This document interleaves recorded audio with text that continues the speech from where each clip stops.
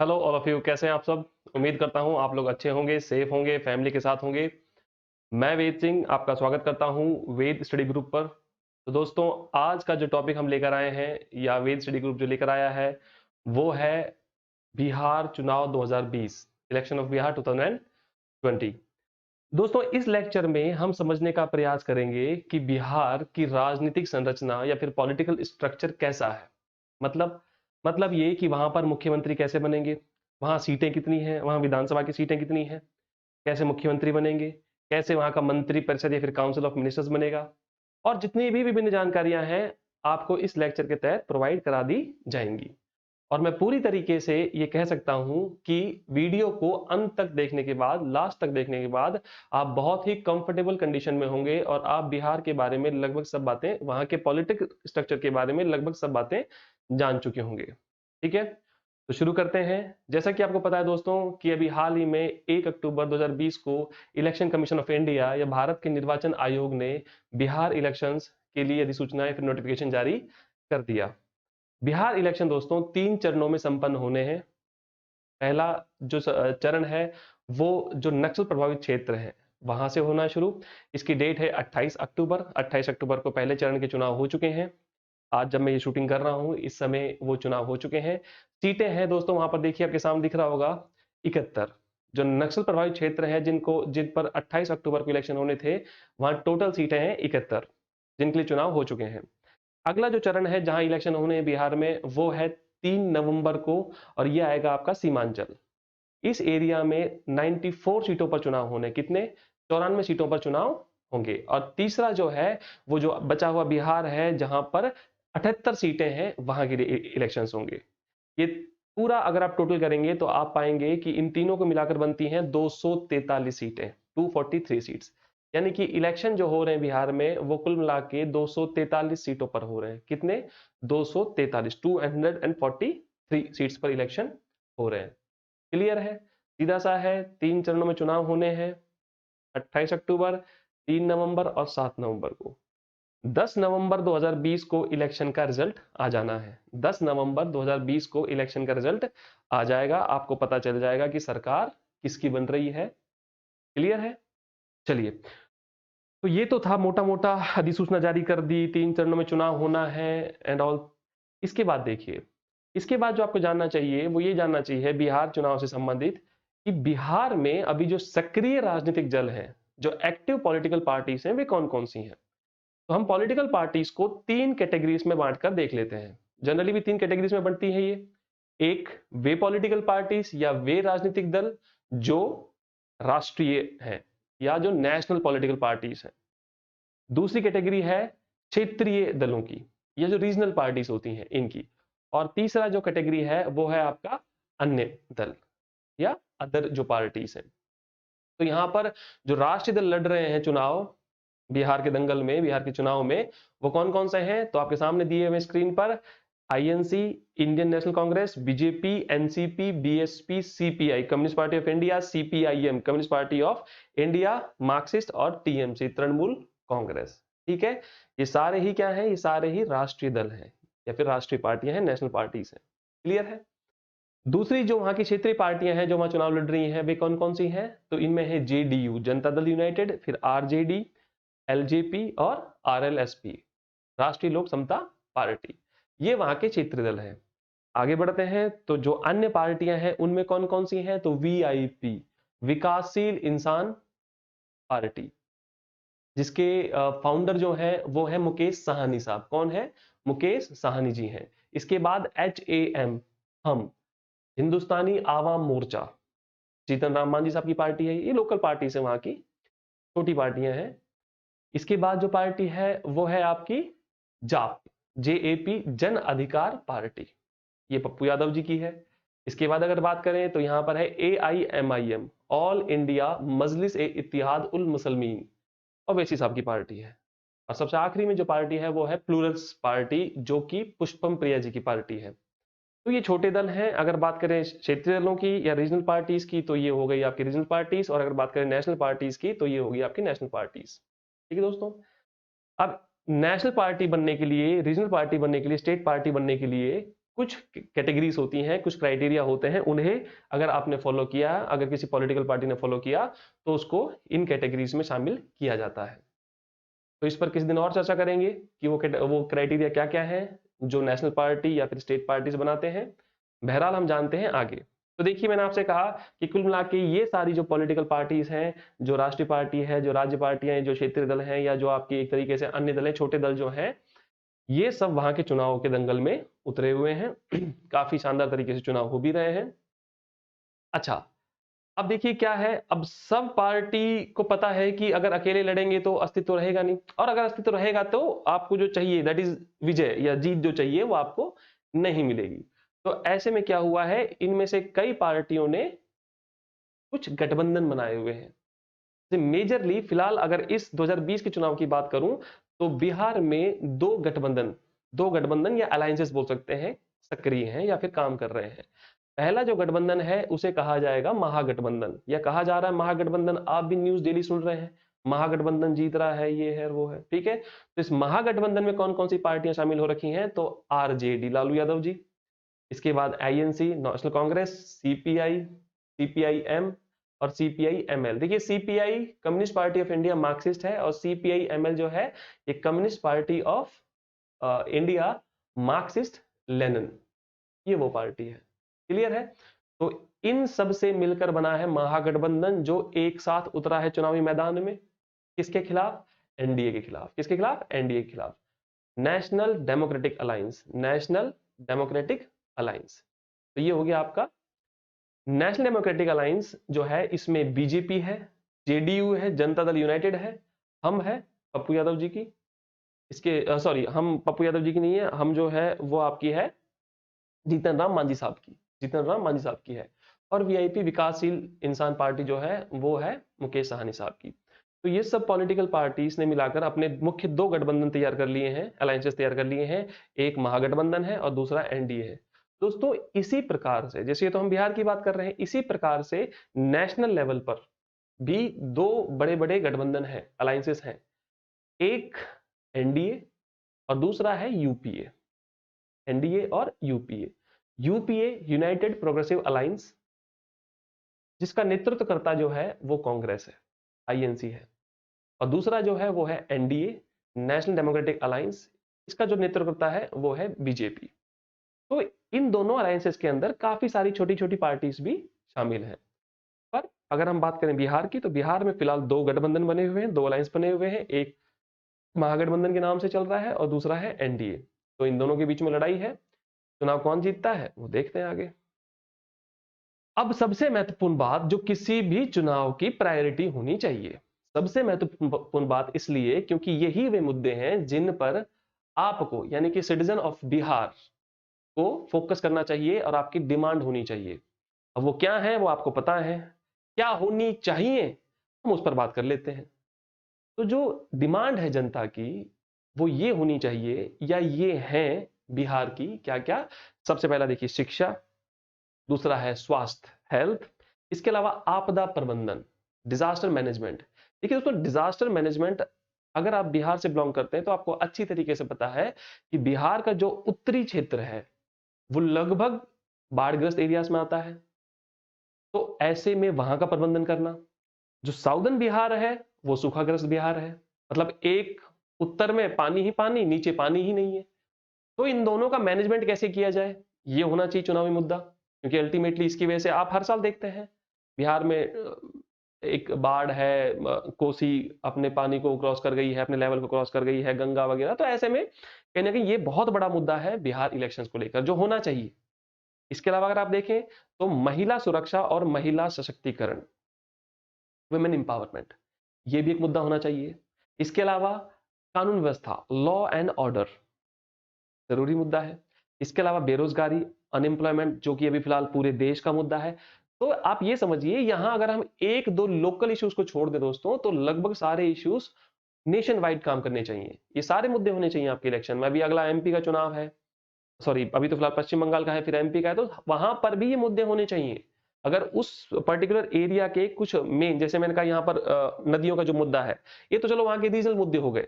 But अगर मैं बात करूं मोटे तौर पर, तो बेरोजगारी, स्वास्थ्य, शिक्षा, ये तो पूरे देश की समस्या है। तो इसको में सुधार लाना चाहिए। तो ये सुधार कैसे आएगा? सुधार आएगा जनता की मांग पर। जब आपकी डिमांड होगी इसकी, तब आपको ये चीजें मिलेंगी। देखिए, India is an democratic country. Bharat एक लोकतांत्रिक देश है। भारत एक लोकतांत्रिक देश है। अब ऐसे में लोकतंत्र का मतलब ही है लोगों के द्वारा बनाया गया तंत्र, जिसमें आपकी हमारी इन्वॉल्वमेंट होती है। तो जैसे आप होते हैं, जैसा जैसे हम हैं, जैसे हम भारतवासी सिटीजन ऑफ इंडिया हैं, वैसी ही हमें सरकार मिलती है। जो हमारी डिमांड होती है, हमें रिटर्न में वही मिलता है। यही डेमोक्रेसी का रूल है। आप जैसा शासन चाहते हैं, आपको वैसा ही शासन मिलता है। आपको पुलिस भी वैसी मिलती है जैसी आपने चाही है। आपको प्रशासन भी वैसा मिलता है जैसा आपने चाहा है। आपको सरकार भी वैसी ही मिलेगी जैसी आप चाहेंगे। क्लियर है?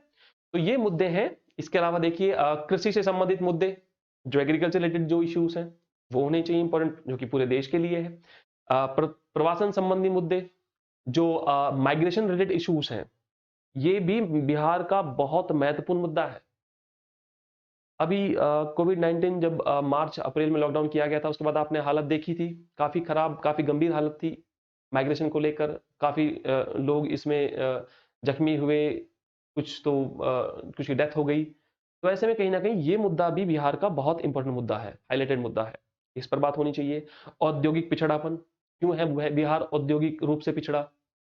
बिहार की धरती वो धरती है मेरे दोस्तों, जो कभी, और कभी क्या, आज की भी अगर मैं बात करूं तो दुनिया की सबसे विकसित, एक तरीके से उसको बोलते हैं उर्वर, फर्टाइल लैंड है। मिनरल्स है, rich of minerals, fertile land, नदियों की पर्याप्तता। इतना सब होने के बाद भी पिछड़ापन है। तो इस पर फोकस होना चाहिए। उद्योग के बारे में बात होनी चाहिए। अल्टीमेटली माइग्रेशन भी उसी से जुड़ा हुआ है, क्योंकि अगर आपके यहीं उद्योग होंगे, अगर बिहार में, हमारे यहाँ बिहार में ही उद्योग होंगे, तो क्यों कोई बंबई जाएगा, क्यों कोई दिल्ली जाएगा, क्यों कहीं और स्टेट में जाकर काम करेगा? ऑब्वियस ही बात है, उसके स्टेट में काम है। तो ऐसे में ये भी एक मुद्दा होना चाहिए चुनाव का। इसके अलावा सामाजिक न्याय, सोशल जस्टिस की अगर बात करें, जातिगत न्याय व्यवस्था, जात पात, इसमें आर्टिकल्स भी मेंशन किए हुए हैं, आर्टिकल 14, आर्टिकल 15, आर्टिकल 17। इसके अलावा अल्पसंख्यकों से की सुरक्षा से संबंधित जो मुद्दे हैं, वो भी प्रायोरिटी में होनी चाहिए। इसके अलावा आधारभूत संरचना, इंफ्रास्ट्रक्चर की बात भी होनी चाहिए। रेल, सड़क, हवाई यातायात, इन सबको कैसे डेवलप किया जाएगा? ये सब जो मुद्दे हैं मेरे दोस्तों, ये सब प्रायोरिटी में होने चाहिए आप लोगों के, बिहार वासियों के, हमारे। अगर ये मुद्दे हैं तो बहुत अच्छी बात है। डेमोक्रेसी बहुत सही रास्ते पे चल रही है, क्योंकि मैंने क्या कहा, लोकतंत्र का सीधा सा मतलब है जैसा आप चाहोगे वैसा आपको मिलेगा। अगर आप ये चाहोगे तो आपको यही मिलेगा, और अगर आप कुछ और चाहोगे तो आपको वैसा मिलेगा। सीधी सी बात है, इसमें कोई दो राय वाली बात नहीं है कि आपने ये चाहा था कुछ और मिल गया। आप जिसको जिताओगे, ऑब्वियस सी बात है, जिताना तो आपके हाथ का काम है, वोट पावर आपके पास है। तो ऐसे में सोच समझ के विचार कर कर ही अपना मत डालिए। मत या वोट जो है, वो एक डेमोक्रेटिक कंट्री में सिटीजन की सबसे पावरफुल राइट है, सबसे पावरफुल राइट है उसका ये। अगर वो इसका सही प्रकार से उपयोग कर लेता है, तो वो ये सब पा लेता है। तो ऐसे में बहुत सोच समझ के इन चीजों को आप हैंडल कीजिए, वोट डालिए। तो ये है वहां के मुद्दे। क्लियर? अब देखते हैं बिहार की राजनीतिक संरचना या पॉलिटिकल स्ट्रक्चर ऑफ बिहार को। जरूरी है। अभी जो इलेक्शन हो रहे हैं, वो किसके हो रहे हैं? वो विधानसभा के चुनाव हो रहे हैं, या फिर लेजिस्लेटिव असेंबली के इलेक्शंस हो रहे हैं। किसके हो रहे हैं? लेजिस्लेटिव असेंबली के, विधानसभा के। देखिए, बिहार में ये तो चुनाव होते ही होते हैं। कौन कौन से? वहां विधानसभा के चुनाव होते हैं, वहां विधान परिषद के चुनाव होते हैं, वहां राज्यसभा के चुनाव होते हैं, वहां लोकसभा के चुनाव होते हैं। इसके अलावे भी वहां दो प्रकार के और चुनाव होते हैं जो आते हैं स्थानीय निकायों में, एक पंचायत और दूसरा नगर पालिकाएं। ठीक है, तो मोटे तौर पर हम इन चारों को देख लेते हैं फटाफट। तो मैंने आपसे क्या कहा? विधानसभा के चुनाव। विधानसभा में बिहार के पास जो सीटें हैं वो है 243, 243, 243। अगर मैं बात करूं आपसे विधान परिषद की सीटों की या लेजिस्लेटिव काउंसिल की सीट्स की, तो वहां पर सीटें हैं 75। कितनी सीटें हैं? 75। अगर मैं बात करूं बिहार से लोकसभा सीटें कितनी हैं, तो वो है 40। कितनी है? 40 सीट्स हैं लोकसभा की बिहार के पास। अगर मैं बात करूं राज्यसभा की, तो राज्यसभा की सीटें हैं बिहार के पास कितनी? 16, 16। क्लियर हो गया? हमें नीचे के दोनों नहीं देखने, हमें देखना है ऊपर का। कौन? विधानसभा, क्योंकि चुनाव इसी के हो रहे हैं अभी। तो विधानसभा के चुनावों में मैंने आपसे कहा कितनी सीटें हैं? 243 सीट्स हैं। अब 243 सीट्स हैं, तो इनमें किसी भी गठबंधन को, या अगर पॉलिटिकल पार्टी होती तो उसे जीतने के लिए 122 सीटें चाहिए। 50+1, 50% +1, तो वो 122 होगा आंकड़ा। तो जिसको भी 122 आंकड़ा मिल जाएगा, 122 सीटें मिल जाएंगी, वो जीत जाएगा बिहार का चुनाव। क्लियर है? अब देखिए, आपने देखी यहां पर कि स्टेट लेवल पर या दो हाउस है, कौन कौन से? एक विधानसभा और एक विधान परिषद, legislative assembly and legislative council. Legislative assembly and legislative council. देखिए दोस्तों, बिहार भारत के उन राज्यों में आता है जिनके पास द्विसदन है या बायकैमरल लेजिस्लेचर है। मैंने आपसे ये कहा कि बिहार भारत के उन राज्यों में आता है जिनके पास बायकैमरल लेजिस्लेचर है या फिर द्विसदनीय विधानमंडल है। क्या है? द्विसदनीय विधानमंडल। भारत में ऐसे कुल 6 राज्य हैं, टोटल 6 स्टेट्स हैं इंडिया में, जिनके पास द्विसदनवाद है या फिर बायकैमरल लेजिस्लेचर है। ये 6 राज्य कौन कौन से हैं? तो ये 6 राज्य हैं उत्तर प्रदेश, बिहार, महाराष्ट्र, कर्नाटका, आंध्र प्रदेश और तेलंगाना। इन 6 राज्यों के पास द्विसदन है, यानी कि 2 सदन। बायकैमरल का सीधा सा मतलब होता है 2 सदनों का होना, 2 सदन। क्लियर है? आइए इसको थोड़ा और स्पष्ट तरीके से समझने का कोशिश करते हैं। देखिए, तो अब इसको थोड़ा सा और गहराई से समझने की कोशिश करते हैं। तो मैंने अभी आपसे कहा बिहार में विधानसभा की सीटें हैं 243 और विधान परिषद की सीटें हैं 75। और बिहार भारत के उन राज्यों में आता है जहां द्विसदन है, यानी कि बाइकैमरल है। देखिए दोस्तों, अगर हम भारत की बात करें तो भारत में 2 टियर गवर्नमेंट है, 2 स्तरीय सरकार है। हालांकि 1992 से ये त्रिस्तरीय हो गई है पंचायती राज और नगर पालिकाओं के जुड़ने के बाद। पर मोटे मोटे तौर पर अगर मैं बात करता हूं तो केंद्र और राज्य, संघ और राज्य, संघ और राज्य। अब अगर बात करूं संघ की या फिर यूनियन की या फिर सेंटर की, तो वहां पर भी 2 सदन है, द्विसदनवाद या बाइकैमरलिज्म, वहां पर भी 2 सदन है।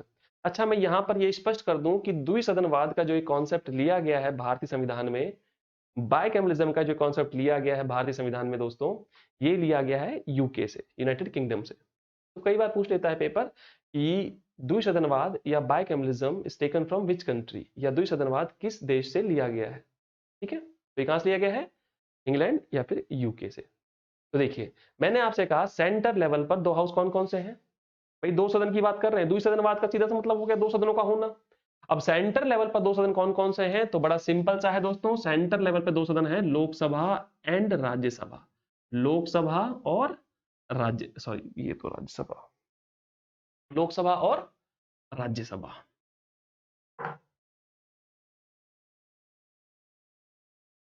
सेंटर लेवल पर 2 हाउस है, लोकसभा और राज्यसभा।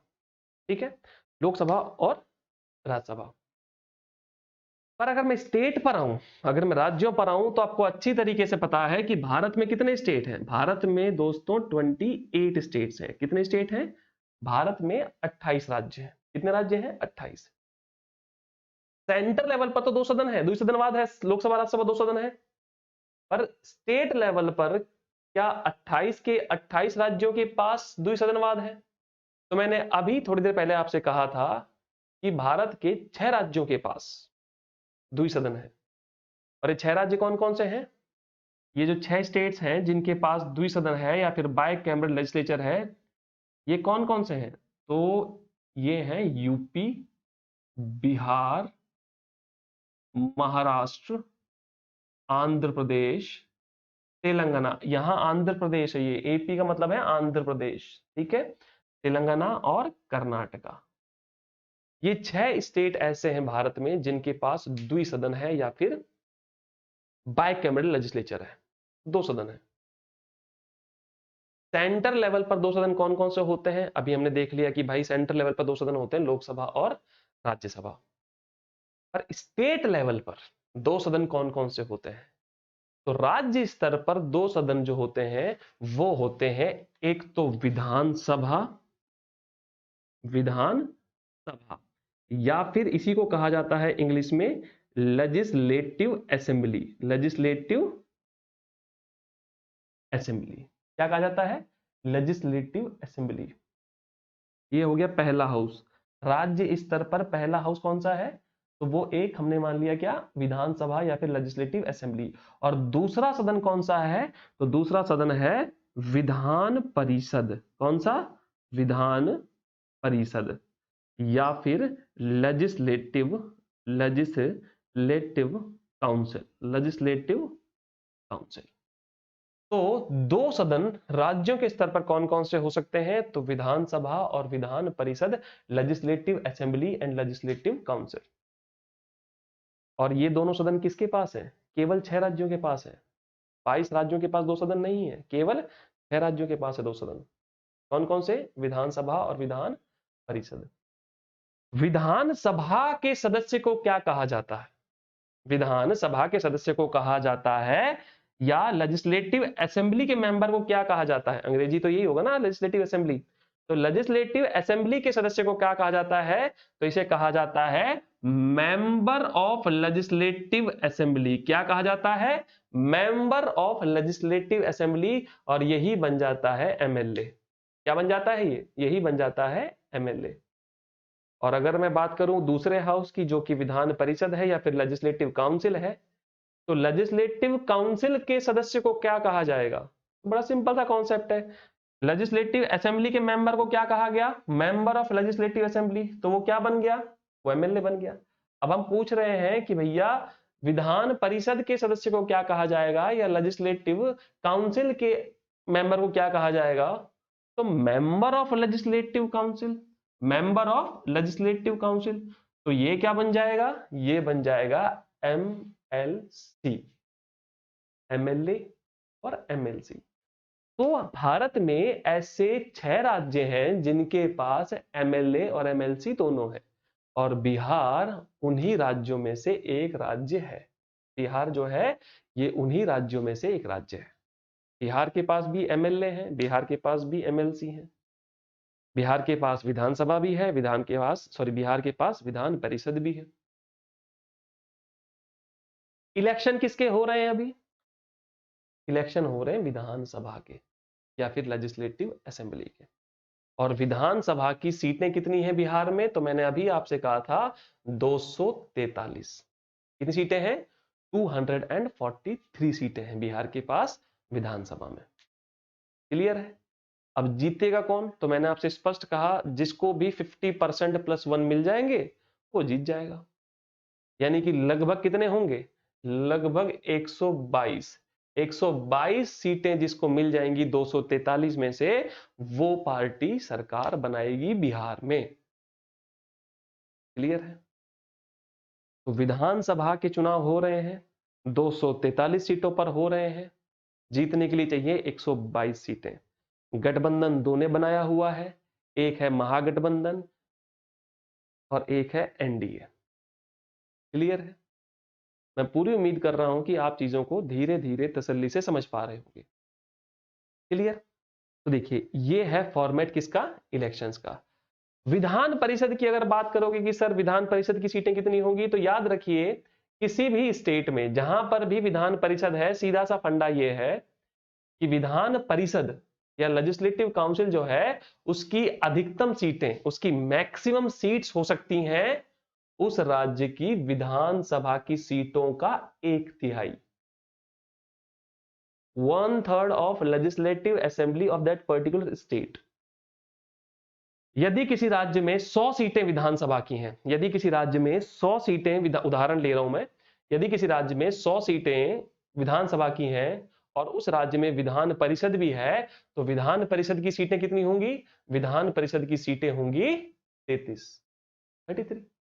मैंने अभी आपसे कहा कि विधान परिषद की सीटें विधानसभा की सीटों का 1/3 अधिकतम हो सकता है। क्लियर है? अब किसी भी विधानसभा में, अब सवाल अगला भी आपके दिमाग में आ सकता है, तो मैं पहले ही सॉल्व कर दूं।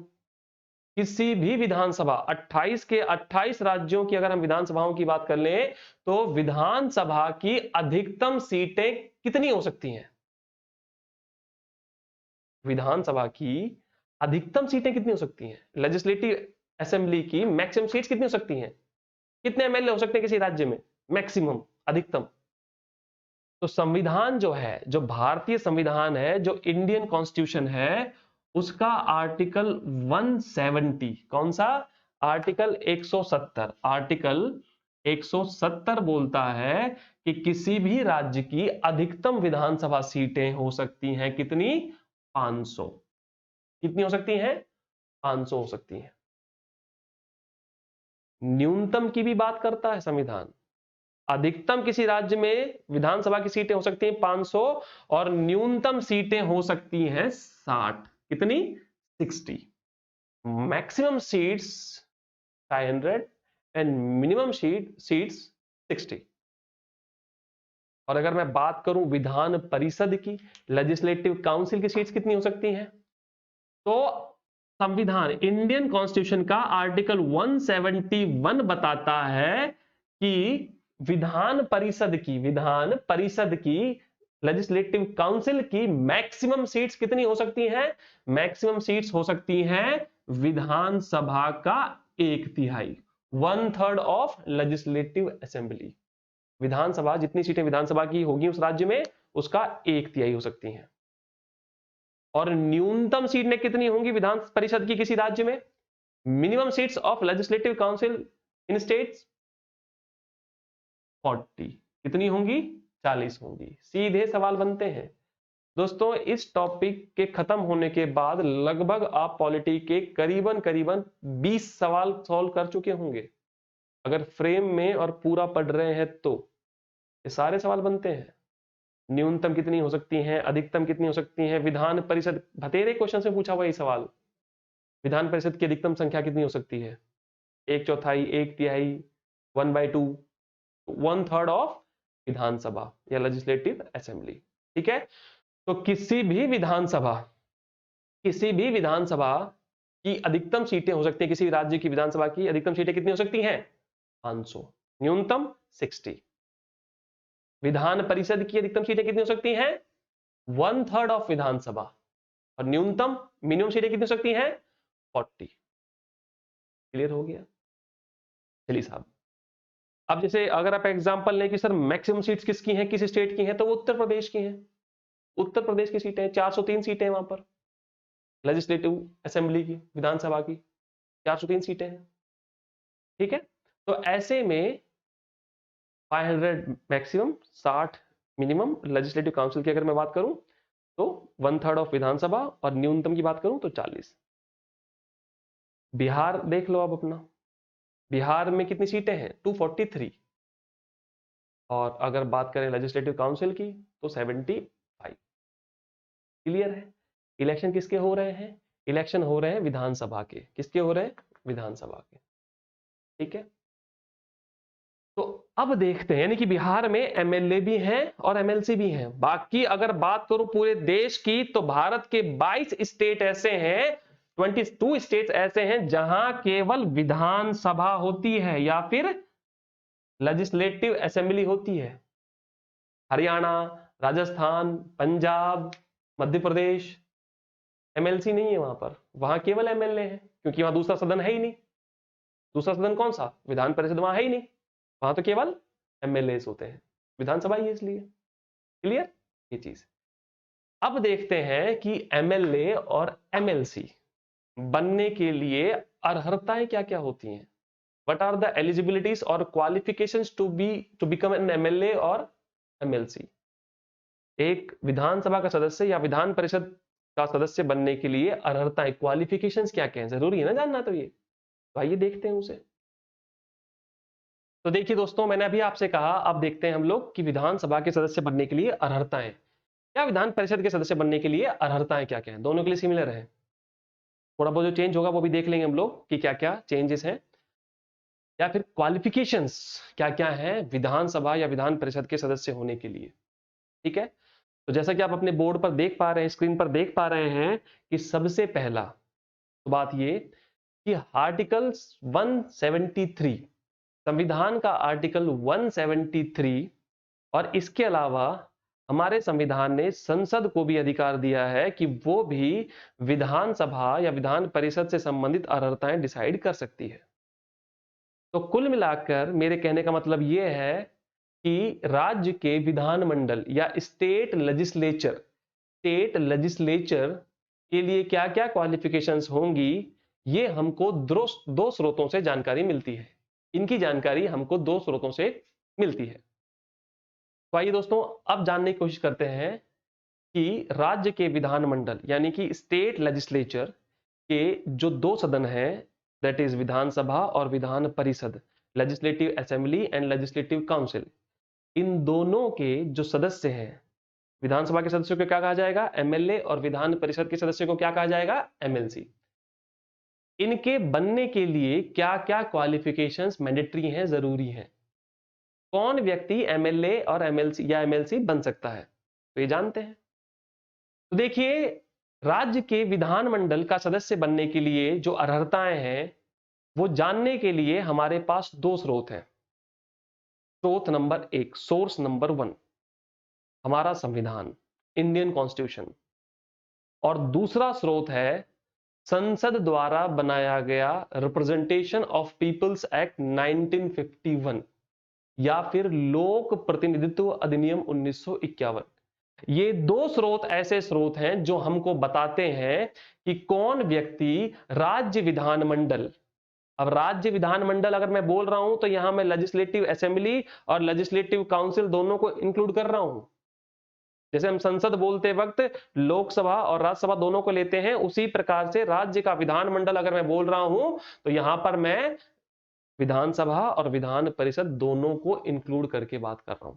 ठीक है, तो मैंने आपसे कहा कि राज्य के विधानमंडल यानी कि विधानसभा और विधान परिषद का सदस्य बनने के लिए क्या क्या अर्हताएं होंगी, what are the qualifications to be an member of legislative assembly and legislative council. तो इसके हमारे पास दो सोर्स हैं, दो स्रोत हैं ऐसा जानने के हमारे पास। पहला सोर्स कौन है? तो पहला सोर्स तो खुद भारतीय संविधान है, इंडियन कॉन्स्टिट्यूशन। दूसरा सोर्स जो है वो है पार्लियामेंट का रिप्रेजेंटेशन ऑफ पीपल्स एक्ट 1951 या फिर लोक प्रतिनिधित्व अधिनियम 1951। ये दोनों सोर्स बताएंगे हमको कि कौन व्यक्ति विधानसभा या विधान परिषद का सदस्य बनेगा। तो नंबर एक देखते हैं संविधान। संविधान क्या बताता है कि विधानसभा का सदस्य या विधान परिषद का सदस्य कौन बन सकता है? तो भारतीय संविधान का आर्टिकल नंबर 173, इन सबको नोट डाउन करते चलिएगा। भारतीय संविधान या फिर इंडियन कॉन्स्टिट्यूशन का आर्टिकल नंबर 173 बताता है कि कौन व्यक्ति विधानसभा और विधान परिषद का सदस्य हो सकता है। तो जैसा कि आप अपनी स्क्रीन पर देख पा रहे हैं, नंबर एक, वह भारत का नागरिक हो, वह भारत का नागरिक हो, should be a citizen of India. इसके अलावे विधानसभा का सदस्य बनने के लिए उसे 25 वर्ष होनी चाहिए, उसकी 25 वर्ष होनी चाहिए, और विधान परिषद का सदस्य होने के लिए उसकी 30 वर्ष होनी चाहिए। एक डिफरेंस है, सेम लोकसभा राज्यसभा में चलता है। लोकसभा का मेंबर बनने के लिए चाहिए 25 साल और राज्यसभा का मेंबर बनने के लिए चाहिए 30 साल। द सेम मैनर, उसी प्रकार से विधानसभा का सदस्य बनने के लिए चाहिए 25 इयर्स और विधान परिषद का सदस्य यानी लेजिस्लेटिव काउंसिल का मेंबर बनने के लिए चाहिए 30 इयर्स। फर्स्ट है, भारत का नागरिक हो, विधानसभा के लिए 25 साल, विधान परिषद के लिए 30 साल। तीसरी जो बात बताता है संविधान, वो ये कहता है कि जो भी सदस्य बनना चाहता है उसने संविधान की अनुसूची, देखिए इंडियन कॉन्स्टिट्यूशन में 12 अनुसूचियां दी हुई हैं। कितनी? 12 शेड्यूल्स दिए हुए इंडियन कॉन्स्टिट्यूशन में। तो इन 12 अनुसूचियों में जो तीसरे नंबर की अनुसूची है, शेड्यूल नंबर 3, उसमें शपथ के प्रारूप दिए हुए हैं, शेड्यूल ओथ के फॉर्मेट्स दिए हुए हैं। तो संविधान बोलता है कि सदस्य को अनुसूची 3 के तहत जो शपथ के प्रारूप दिए हुए हैं उनको उसे एक तरीके से ग्रहण करना चाहिए, शपथ ली होनी चाहिए उसने, मतलब अकॉर्डिंग टू शेड्यूल नंबर 3, अनुसूची 3 के तहत उसने शपथ ली हो, और शपथ ऐसे व्यक्ति के सामने ली हो जिसको निर्वाचन आयोग या इलेक्शन कमीशन ऑफ इंडिया ने इस काम के लिए प्राधिकृत किया है, ऑथराइज्ड किया है। ठीक है, तो आप देखते हैं कई बार न्यूज वगैरह देखते होंगे, तो देखते होंगे कई बार कई कैंडिडेट जाते हैं इलेक्शन का पर्चा भरने के लिए, तो उस समय वो एसडीएम डीएम साहब जो होते हैं, तो उस समय इलेक्शन कमीशन उनको ऑफिसर बना के रखता है और उनके सामने जाकर ओथ लेते हैं, ये ली जानी चाहिए उसके द्वारा, ये भी मैंडेटरी कंडीशन है under article 173 of Indian constitution. Number 4, संविधान ने संसद को फिर पावर दी कि संसद जो भी अर्हताएं डिक्लेयर करेगी, संसद जो भी एलिजिबिलिटीज क्वालिफिकेशंस लागू करेगी, उस व्यक्ति को उसे भी फॉलो करना चाहिए। ये 4 कंडीशंस बताई हुई हैं आर्टिकल 173 ऑफ इंडियन कॉन्स्टिट्यूशन में। पहली, भारत का नागरिक हो। दूसरी, विधानसभा के लिए 25 वर्ष, विधान परिषद के लिए 30 इयर्स, 30 साल। तीसरी, अनुसूची 3 में जो शपथ दी हुई है उसके अनुसार उसने शपथ लेनी चाहिए, और ऐसे व्यक्ति के सामने लेनी चाहिए जिसको चुनाव आयोग ने उसके लिए प्राधिकृत किया हो। और चौथी, संसद द्वारा जो अर्हताएं या जो एलिजिबिलिटीज बनाई गई हैं उन्हें भी उसे फॉलो करना चाहिए। तो अगर आप चाहें स्क्रीनशॉट लेना तो आप लोग स्क्रीनशॉट ले सकते हैं, सामने कंटेंट है। ठीक है, वही चीजें हैं जो मैंने आपसे बताई हैं। चलिए आगे देखते हैं।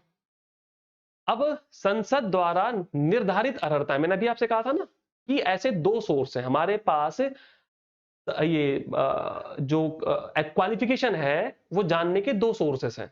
एक सोर्स तो संविधान खुद है, और दूसरा जो सोर्स है मैंने तभी मेंशन किया था, दूसरा जो सोर्स है वो है पार्लियामेंट, संसद द्वारा बनाया गया लोक प्रतिनिधित्व अधिनियम या फिर रिप्रेजेंटेशन ऑफ पीपल्स एक्ट 1951। ये भी कुछ अर्हताएं बताता है कि ऐसा ऐसा भी होना चाहिए। 4 तो उसने बता दी संविधान ने अंडर आर्टिकल 173।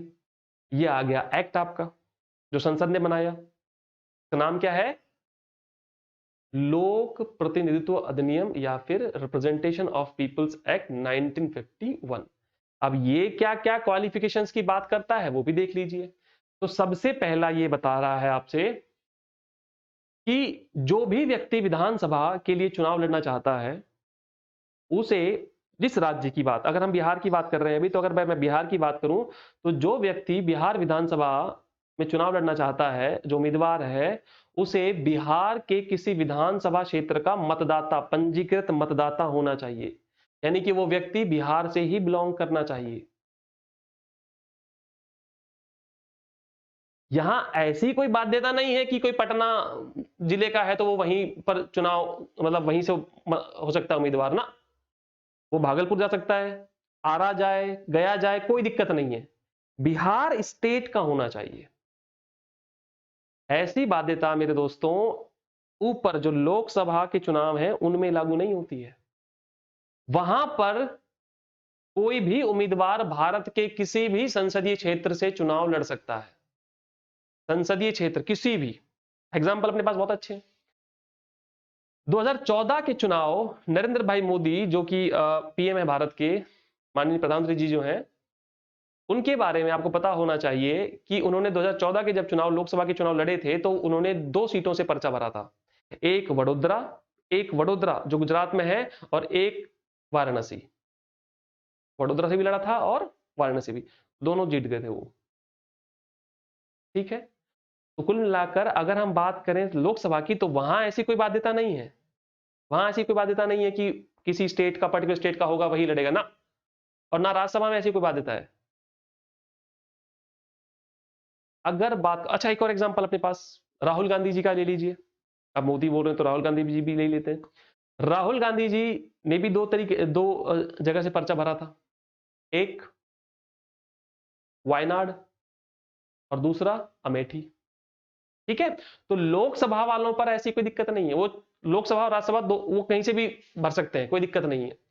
बट अगर मैं बात करूं राज्य विधानसभा के इलेक्शंस की या राज्य विधान परिषद के इलेक्शंस की, तो वो उस राज्य में पंजीकृत मतदाता होना चाहिए, should be a registered voter of that particular state। हाँ, डिस्ट्रिक्ट से कहीं से लड़े, वो कोई दिक्कत नहीं है, पटना से लड़ ले, पटना का है, मुंगेर से लड़ ले, भाई भागलपुर का है, गया से लड़ ले, आरा से लड़ ले, वो कोई दिक्कत नहीं है। पर लोकसभा और राज्यसभा के जो इलेक्शंस होते हैं वहां पर ये बाध्यता नहीं होती उम्मीदवारों के ऊपर, ठीक है। तो ऐसे में साफ बोल दिया है किसने, लोक प्रतिनिधित्व अधिनियम या रिप्रेजेंटेशन ऑफ पीपल्स एक्ट 1951 ने, कि भैया अगर आप राज्य विधानसभा परिषद के चुनाव लड़ रहे हो तो आपको इस राज्य का पंजीकृत मतदाता होना चाहिए, तब आप लड़िए, कोई दिक्कत नहीं है। क्लियर है? लोकसभा राज्यसभा में ये बाध्यता नहीं है, मैंने अभी क्लियर कर दिया आपको।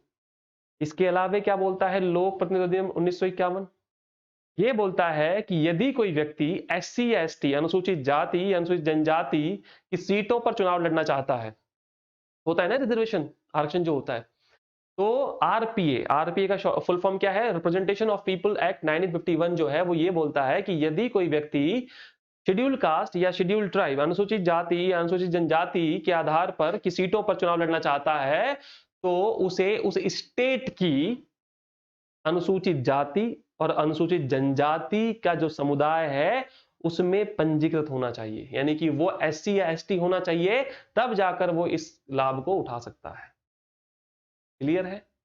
तो ये दो चीजें बता रहा है कौन, RPA, representation of peoples act 1951, या फिर लोक प्रतिनिधित्व अधिनियम 1951। तो अब ये हो गई क्वालिफिकेशंस, ये क्या हो गई, ये हो गई अर्हताएं कि कौन चुनाव लड़ेगा विधानसभा। अभी तो हम विधानसभा की बात कर रहे हैं, तो विधानसभा की बात कर रहे हैं, हालांकि विधान परिषद के भी क्लियर हो गए। एक छोटा सा डिफरेंस था, वो क्या था, वो था उम्र का, एज का। भाई विधान परिषद के लिए कितनी चाहिए, 30 साल, जबकि विधानसभा के लिए कितनी चाहिए, 25 साल। ये डिफरेंस था, बाकी सब कुछ सेम है ऑलमोस्ट, ठीक है, ये चीज। अब आगे बढ़ते हैं। तो भाई अगर हमारा संविधान एक्ट, जो ये आरपी एक्ट पढ़ा आपने, ये किसी सदस्य की अर्हता की बात करेगा, किसी सदस्य की क्वालिफिकेशन की बात करेगा, तो ऑब्वियसली बात है डिस्क्वालिफिकेशन भी बात भी करेगा, या निर्हरता की बात भी करेगा कि कोई व्यक्ति कैसे निर्हर हो सकता है। बिल्कुल करनी चाहिए, करता है। तो अगला जो टॉपिक है आप लोगों का वो यही है कि राज्य विधानमंडल के सदस्यों के लिए निर्हरताएं या फिर disqualification of members of state legislature. राज्य विधानमंडल दो हो गए ना इसके सदन, कौन कौन से, एक तो हो गया विधानसभा, एक हो गया विधान परिषद। तो अभी आपने पहले क्या देखा, आपने अभी पहले देखा कि उनकी अर्हता क्या क्या है, उनकी क्वालिफिकेशंस क्या क्या है। अभी हम देखेंगे कि इनको कैसे निर्हर घोषित किया सकता है, डिस्क्वालीफाई घोषित किया जा सकता है। तो अगेन डिस्क्वालिफिकेशन कैसे होगा, इसके बारे में भी हमें 3 स्रोतों से जानकारी मिलती है। क्वालिफिकेशन किस किस के पास होगी, उसके लिए 2 सोर्स है, कौन कौन से, एक तो आपका इंडियन कॉन्स्टिट्यूशन हमारा आर्टिकल नंबर 173, और दूसरा RPA, that is representation of peoples act 1951। अब डिस्क्वालिफिकेशंस कैसे होंगी, किसी व्यक्ति को निर्हर या डिस्क्वालीफाई कैसे घोषित किया जाएगा, इसके बारे में जानकारी के भी हमारे पास 3 स्रोत हैं। इसके 3 स्रोत हैं, वहां 2 थे, इसके 3 स्रोत हैं। नंबर 1 तो हमारा संविधान, इसका आर्टिकल नंबर 191 मैंने कहा ना, राइट डाउन, नोट डाउन करते चलिए अपने कॉपी पे। 191 आर्टिकल बताता है कि कोई व्यक्ति कैसे संविधान के तहत निर्हर घोषित किया जाएगा या डिस्क्वालीफाई घोषित किया जाएगा। दूसरा सोर्स कौन सा है, तो दोस्तों दूसरा स्रोत या दूसरा सोर्स जो है वो है हमारा दल बदल विरोधी कानून या फिर एंटी डिफेक्शन लॉ। ये एक नई चीज है, anti defection law, schedule number 10। Schedule number 10 का ही जो टॉपिक है या जो हेडिंग है वो है दल बदल विरोधी कानून या फिर एंटी डिफेक्शन लॉ। इसके बाद तीसरा जो सोर्स है अगेन वही अपना कौन, RPA, representation of peoples act 1951। तो ये 3 मोटे मोटे सोर्स आपके सामने लिखे हुए हैं, देखिए कौन कौन से, तो आपके स्क्रीन पर दिया हुआ है। पहला है संविधान, इसका आर्टिकल नंबर 191, दूसरा जो है वो है दल बदल विरोधी कानून या फिर एंटी डिफेक्शन लॉ, और तीसरा कौन सा, तो आरपीए या फिर लोक प्रतिनिधित्व अधिनियम 1951। संसद द्वारा जो लिखा हुआ है ना सामने आपके, संसद द्वारा मतलब क्या, संसद का मतलब एक्ट बनाएगी, तो वो एक्ट बनाया तो हुआ है, कौन सा act, representation of peoples act 1951 या फिर लोक प्रतिनिधित्व अधिनियम 1951। अब आप में से ये मत करना कि सर हम यहाँ ढूंढ रहे हैं वो तो मिल नहीं रहा, ये तीसरा जो है ये वही है, संसद ही तो बनाएगी ना एक्ट, तो संसद ने बनाया हुआ है, कौन सा एक्ट बनाया हुआ है, लोक प्रतिनिधित्व अधिनियम 1951 या representation of peoples act 1951। Clear है? तो ये तीन सोर्स हमें बताएंगे कि कोई सदस्य कैसे निर्हर या फिर डिस्क्वालीफाई हो सकता है। क्लियर है? तो अब एक एक कर कर समझते हैं कि कौन सा सोर्स बताता है कौन कौन से पॉइंट्स को।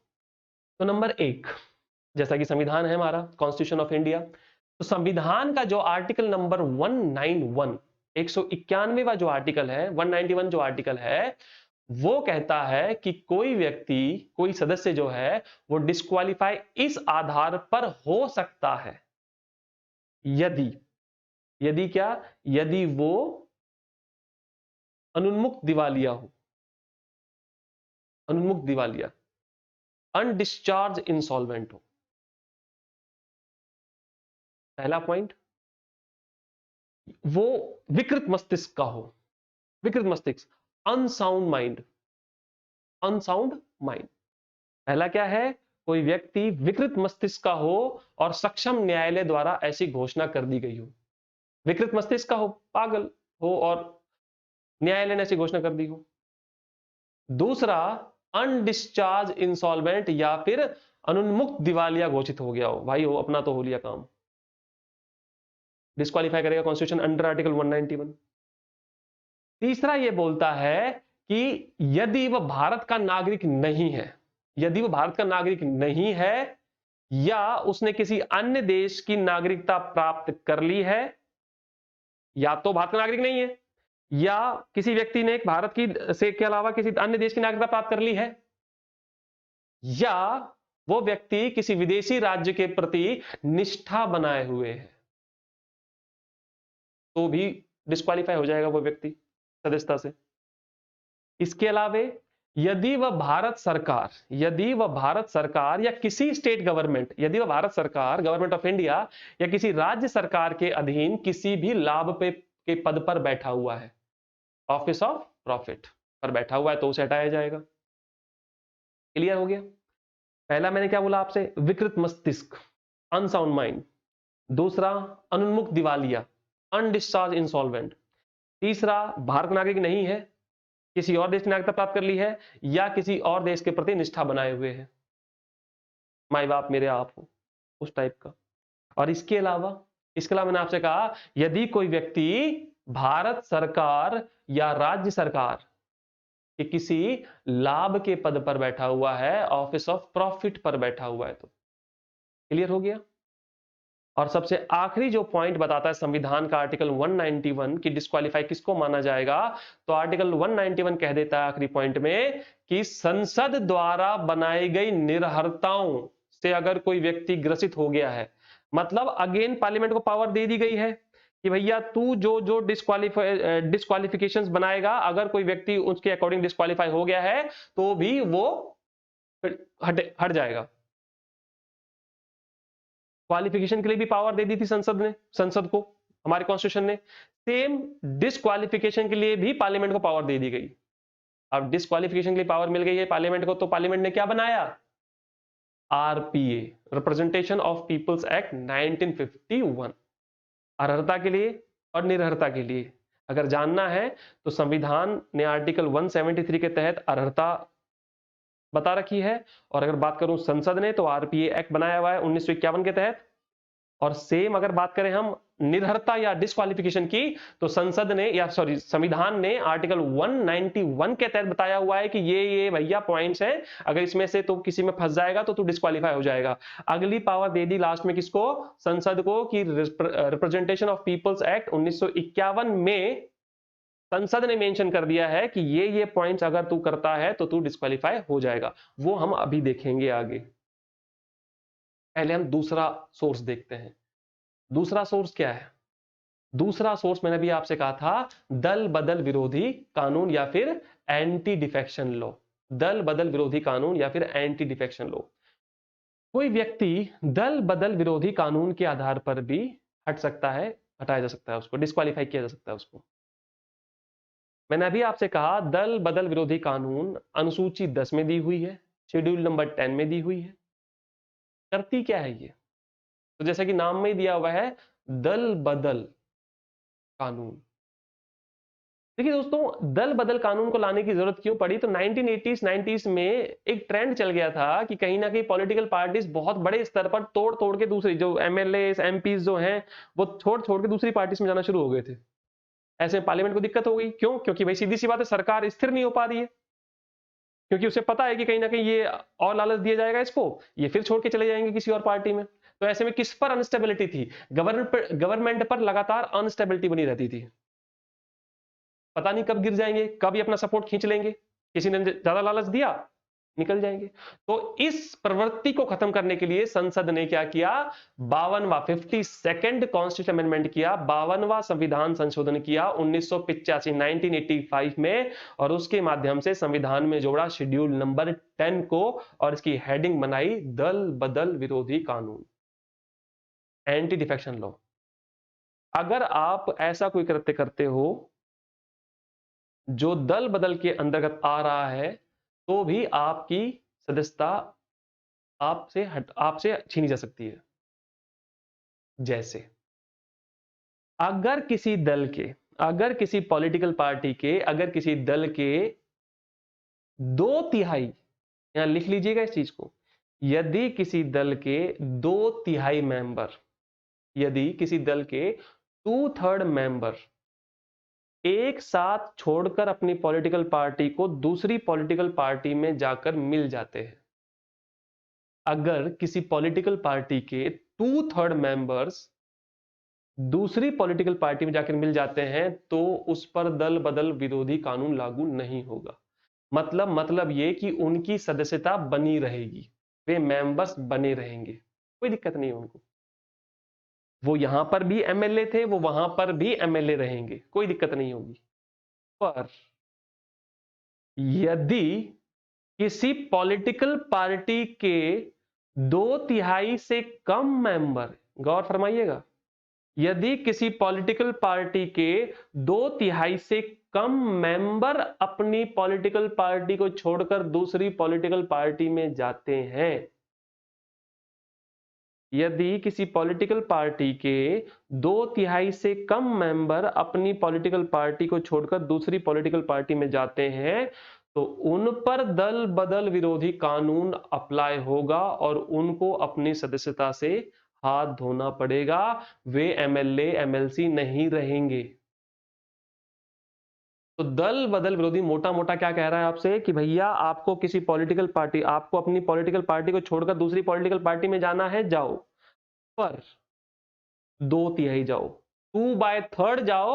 अगर 2/3 जाते हो तो कोई दिक्कत नहीं है, आपकी सदस्यता बनी रहेगी, बची रहेगी, आप एमएलए हो या अगर ऊपर की बात करें एमपी हो तो आप बने रहोगे। पर यदि आप 2/3 से कम गए तो आपकी सदस्यता खत्म हो जाएगी। एग्जाम्पल मान लेते हैं, यदि सिर्फ किसी दल में 100 लोग हैं, यदि किसी पॉलिटिकल पार्टी में 100 एमएलए हैं, मान के चलते हैं 100 एमएलए किसी पॉलिटिकल पार्टी में है, तो अगर उन्हें अपनी पॉलिटिकल पार्टी छोड़कर दूसरी पॉलिटिकल पार्टी में जाना है, तो कम से कम कितने सदस्यों को जाना होगा? 66। 2/3 ऑफ 100 कितना होगा? लगभग 66। तो 66 अगर मेंबर गए दूसरी पॉलिटिकल पार्टी में तो कोई दिक्कत नहीं है। आप एमएलए यहां पर भी थे, आप वहां पर भी एमएलए रहोगे, कोई दिक्कत नहीं है। पर यदि 63 भी गए, 2/3 से एक भी कम गया, तो आपकी सदस्यता खत्म हो जाएगी, आपकी जो मेंबरशिप है वो खत्म हो जाएगी, आप एमएलए और एमएलसी रहेंगे ही नहीं। क्लियर है? तो ये है एंटी डिफेक्शन लॉ। अच्छा, इसके अलावा भी कुछ और है।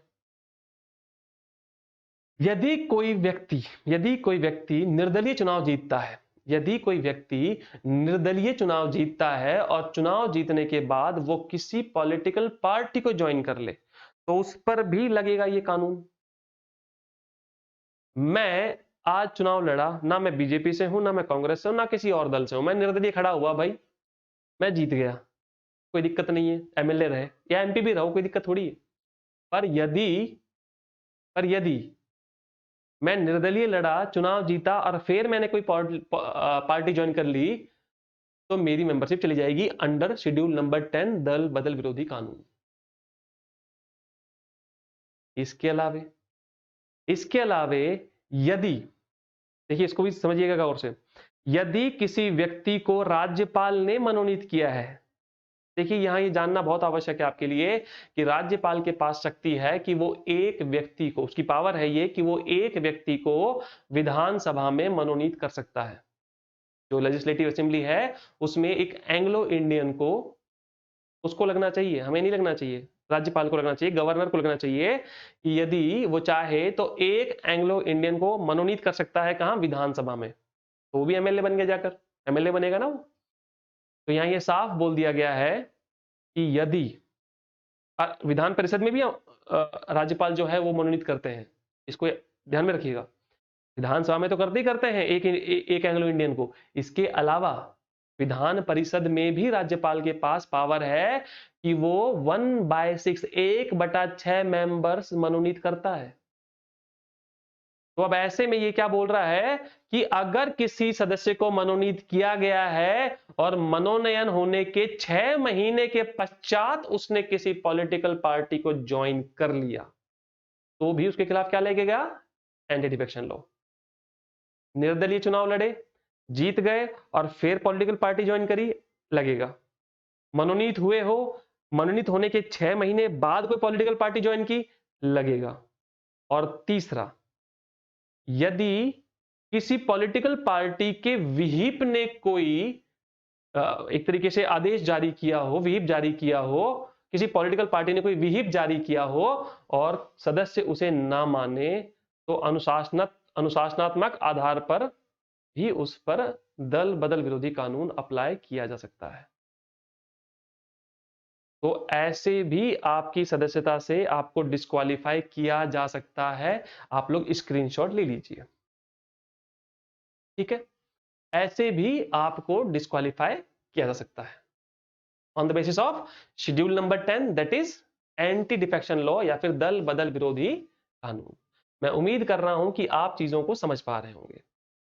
अब तीसरा और सबसे महत्वपूर्ण जो सोर्स है वो है आपका आरपीए। पहला सोर्स क्या था, संविधान आर्टिकल 191। दूसरा सोर्स कौन बता रहा है डिस्क्वालिफिकेशन के बारे में, ये एंटी डिफेक्शन लॉ या फिर दल बदल विरोधी कानून। और तीसरा जो सोर्स है वो क्या है आपका, तो वो है आरपीए। संसद ने भी तो बनाया है ना कानून डिस्क्वालिफिकेशन बनाने के लिए, बताने के लिए। RPA representation of peoples act 1951 या फिर लोक प्रतिनिधित्व अधिनियम 1951। अब ये भी डिस्क्वालिफिकेशन बता रहा है आपको कि भैया अगर ये है तो तुमको डिस्क्वालीफाई कर दिया जाएगा। तो एक बार उसको भी देख लेते हैं। तो ये है संसद द्वारा निर्धारित निर्हरताएं। संसद, अब संसद मतलब क्या, वही आपका एक्ट जो है लोक प्रतिनिधित्व अधिनियम 1951 या फिर रिप्रेजेंटेशन ऑफ पीपल्स एक्ट 1951। अब ये बताएगा आपको कि क्या क्या नहीं करना है आपने, अगर ये कर दिया तो खत्म। तो पहला डिस्क्वालिफिकेशन का बेस क्या बताता है, आरपीए। आरपीए समझ में आ रहा है ना, रिप्रेजेंटेशन, इसी का इंग्लिश किया है मैंने, रिप्रेजेंटेशन ऑफ पीपल्स एक्ट का ही, ठीक है। लोक प्रतिनिधित्व अधिनियम 1951, इसी को इंग्लिश में कहा जाता है रिप्रेजेंटेशन ऑफ पीपल्स एक्ट 1951। अब ये क्या क्या बता रहा है, आधार, what are the basis to disqualify a member. पहला बेस, यदि कोई व्यक्ति किसी चुनाव में भ्रष्ट आचरण का दोषी सिद्ध हो गया हो। यदि कोई व्यक्ति किसी चुनाव में भ्रष्ट आचरण, अब भ्रष्ट आचरण को कई बहुत बड़ा डेफिनेशन है वैसे ये। मान लीजिए कोई व्यक्ति धर्म के आधार पर वोट मांग रहा था, जाति के आधार पर मांग रहा था, सांप्रदायिक तनाव करवाने के एक तरीके से उसमें था वो, तो उसको चुनावी आधार पर भ्रष्ट घोषित कर दिया जाएगा और उसकी सदस्यता से उसको हटा दिया जाएगा। सदस्य अगर है तो भी हटाया जाएगा, और अगर वो कर रहा है, प्रमोशन कर रहा है एक तरीके से, अगर वो रैली कर रहा है तो भी हटा दिया जाएगा। लड़ ही नहीं सकता, वो डिस्क्वालीफाई है तू। धर्म की आधार पर वोट मांगना, जाति के आधार पर वोट मांगना, या सांप्रदायिक तनाव उत्पन्न करना, तो ये सब किस में आते हैं? ये सब भ्रष्ट आचरण में आते हैं। ऐसा अगर कोई करता हुआ मिला तो हटाया जाएगा, डिस्क्वालीफाई हो जाएगा वो। इसके अलावे उसे किसी अपराध, मतलब कि उसको किसी भी अपराध के लिए 2 वर्ष या उससे अधिक की सजा नहीं मिलनी चाहिए। अगर किसी व्यक्ति को किसी अपराध के लिए देखिए यह बहुत तरीके से इसको अंडरलाइन कीजिएगा, या आप राइट डाउन कर रहे हैं, नोट डाउन कर रहे हैं तो कीजिएगा। 2 वर्ष कहा गया है। कोई पेपर आपको कथन दे देगा 5 वर्ष, 2 वर्ष। यदि किसी व्यक्ति पर कोई ऐसा अपराध का आरोप है और उसको 2 वर्ष या उससे अधिक की सजा मिल गई है, तो भी वो चुनाव से डिस्क्वालीफाई किया जाएगा। Under what? Under RPA 1951, representation of peoples act 1951। इसके अलावे वो ये बोल रहा है, अच्छा ये जो गिरफ्तारी, ये जो अपराध वाली बात करी मैंने, यहां पर इस चीज को समझ लीजिए। आप अगले लाइन में थोड़े से कंफ्यूज हो सकते हैं। ये जो है ना निवारक निरोध वाली लाइन जो है, यहां थोड़ा सा कंफ्यूज हो सकते हैं आप। थोड़ा सा मेंशन कर लेता हूं मैं। अगर किसी अपराध में आपको 2 वर्ष या उससे अधिक की सजा मिली है, अगर किसी अपराध में आपको 2 वर्ष या उससे अधिक की सजा मिल गई है, तो आप डिस्क्वालीफाई हैं, आप चुनाव नहीं लड़ सकते। पर यहां पर निवारक निरोध को इंक्लूड नहीं किया गया इसमें। प्रिवेंटिव डिटेंशन कहा जाता है इंग्लिश में इसको, जो आती है अंडर आर्टिकल 22 क्लॉज 4। आर्टिकल 22 का क्लॉज 4 के तहत निवारक निरोध के तहत गिरफ्तारी होती है। महबूबा मुफ्ती, जो बड़े बड़े नेता जम्मू कश्मीर में अरेस्ट हुए हैं ना, वो सब निवारक निरोध के तहत हुए हैं। कोई क्राइम किया नहीं है, कर सकते थे, या शक के आधार पर गिरफ्तारी, सस्पेक्ट है बस, ये एक प्रूफ नहीं है। तो ऐसे में अगर निवारक निरोध के तहत 2, 3, 4 साल की बात नहीं करता संविधान। संविधान कहता है कि 2 साल या उससे अधिक का कोई आपने क्राइम किया है, कोई अपराध किया है, तो आप डिस्क्वालीफाई हैं। और इस डिस्क्वालिफिकेशन में प्रिवेंटिव डिटेंशन को या फिर निवारक निरोध को इंक्लूड नहीं किया गया है। क्लियर है? चलिए आगे देखिए। कोई व्यक्ति अपने चुनावी खर्च का ब्यौरा निर्धारित समय के भीतर देने में असफल रहा हो। कोई व्यक्ति अपने चुनावी बजट जो उसका खर्च हुआ है, उसका ब्यौरा देने में असफल रहा हो निर्धारित समय के भीतर, उसको भी डिस्क्वालीफाई माना जाएगा अंडर आरपीए 1951। और सबसे आखिरी में, यदि वो कोई ऐसे निगम या लाभ के पद पर काम कर रहा है जिसमें भारत सरकार या किसी राज्य सरकार की 25% की हिस्सेदारी है। आखिरी जो पॉइंट है, सरकार का कोई निगम है, जैसे रोडवेज वगैरह भी कई, जैसे राजस्थान की अगर मैं बात करूं तो वहां राजस्थान रोडवेज जो है वो निगम के अंदर आती है। अब सपोज करो वो गवर्नमेंट की एक तरीके से, वहां किसी व्यक्ति का 25% का हिस्सेदारी है। ऐसा नहीं होना चाहिए। तो कोई व्यक्ति यदि सरकार के किसी निगम में या किसी लाभ के पद में 25% का लाभ का पद धारण कर रहा है, या किसी निगम में 25% का भागीदारी है, अगर सरकार 25% की भागीदारी है और उसमें वो इन्वॉल्व है, तो भी वो डिस्क्वालीफाई किया जाएगा। ठीक है, इसको फिर से समझते हैं। देखिए मैंने आपसे कहा वो किसी भी ऐसे निगम में या ऐसे लाभ के पद पर काम नहीं कर सकता जिसमें सरकार की 25% हिस्सेदारी हो। क्लियर? ये जो पॉइंट्स हैं, इनके आधार पर भी किसी व्यक्ति को डिस्क्वालीफाई किया जा सकता है। डिस्क्वालीफाई। तो हमारे पास डिस्क्वालिफिकेशन के कितने बेस हो गए दोस्तों? 3। कौन कौन से? एक तो संविधान आर्टिकल 191, दूसरा हो गया दल बदल विरोधी कानून, anti defection law schedule number 10, और तीसरा जो आधार है, जो सोर्स है, जो स्रोत है, वो क्या है? ये है हमारा संसद द्वारा बनाया गया रिप्रेजेंटेशन ऑफ पीपल्स एक्ट 1951 या फिर लोक प्रतिनिधित्व अधिनियम 1951। क्लियर? तो क्या क्वालिफिकेशन है एमएलए एमएलसी बनने की, वो देख ली। क्या डिस्क्वालिफिकेशंस है, कैसे वो हटेगा, डिस्क्वालीफाई हो सकता है वो, आपने वो भी देख लिया। अब हम ये देखने की कोशिश करते हैं कि भैया कोई व्यक्ति डिस्क्वालीफाई हुआ है कि नहीं हुआ है, ये तो बेसिस है उसके, ये तो बेसिस मान लिया हम लोगों ने, ये आधार है, अगर इन आधार में से कोई आधार छू लिया किसी ने तो वो डिस्क्वालीफाई हो जाएगा। करेगा कौन, करेगा कौन?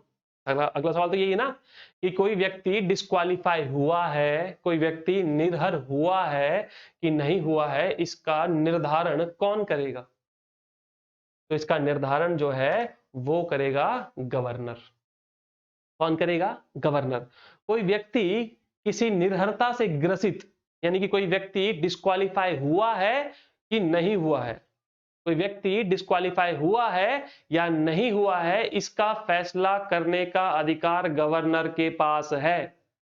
आर्टिकल देखिए लिखा हुआ आपके सामने, आर्टिकल 192। ये आर्टिकल्स में मिक्स मत कर देना सब कुछ, 173, 171, 170 ये सब है ना, सब चीजें क्लियर रखना अपनी कॉपी के अंदर। Article 192 of Indian constitution says that governor के पास पावर है कि वो अंतिम फैसला लेगा कोई व्यक्ति निर्हर हुआ है, डिस्क्वालीफाई हुआ है या नहीं हुआ है, उसके पास पावर है। अच्छा, ऐसा फैसला लेने से पहले, ऐसा फैसला लेने से पहले गवर्नर को चुनाव आयोग से सलाह लेना अनिवार्य है, एडवाइस लेना उसके लिए मैंडेटरी है। क्लियर है? क्वालिफिकेशन देख लिया आपने किसी एमएलए एमएलसी की, डिस्क्वालिफिकेशन देख लिया आपने किसी एमएलए एमएलसी की, और आपने देख लिया कि अगर कोई व्यक्ति निर्हर हुआ है, अगर कोई व्यक्ति डिस्क्वालीफाई हुआ है, तो उसके बारे में अंतिम फैसला लेने का अधिकार आर्टिकल 192 जो है भारतीय संविधान का, वो किसको दे रहा है? वो दे रहा है गवर्नर को, राज्यपाल को। राज्यपाल अंतिम फैसला लेगा, पर अंतिम फैसला लेने से पहले वो चुनाव आयोग की सलाह लेगा। It is mandatory for governor, ठीक है? उसकी सलाह के अनुसार काम करना चाहिए उसको। क्लियर है?